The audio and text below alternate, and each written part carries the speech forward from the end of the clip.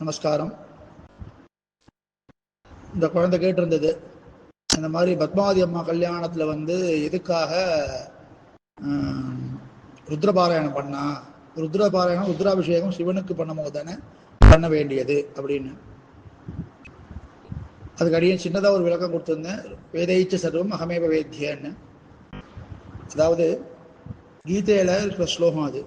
எம்பெருமான ஸ்ரீமன் நாராயணன் கிருஷ்ணா என்ன சொல்றான்னா, வேதம் நான் தான், வேதத்துல பிரதிபாதிக்கப்படிய தேவதையும் நான் தான் அப்படின்னு சாதிக்கிறார். அப்படின்னா வேதத்தை மொத்தமா, வேதத்தோட அர்த்தம் எதுன்னா, வேதம் என்னதான் சொல்றது,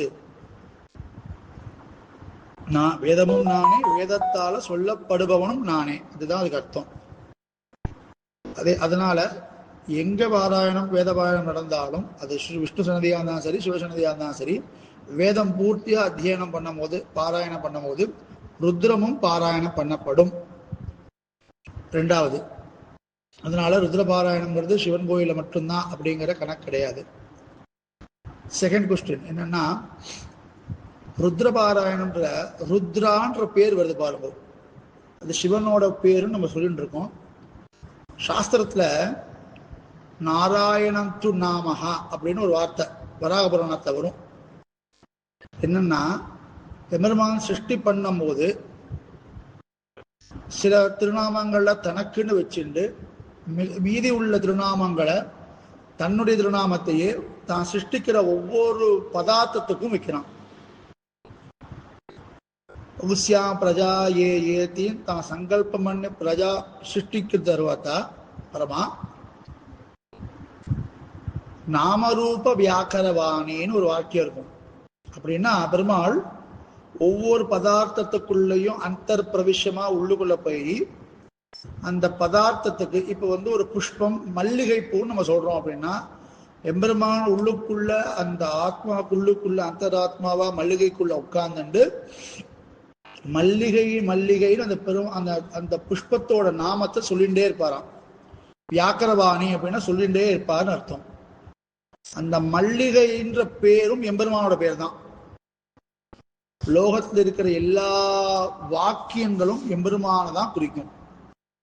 எம்பெருமான குறிக்காத ஒரு வார்த்தையும் லோகத்துல கிடையாது. எல்லா வார்த்தையுமே எம்பெருமானுக்காக தான். சர்வ வாச்சகமும் எம்பெருமானுக்கு தான்.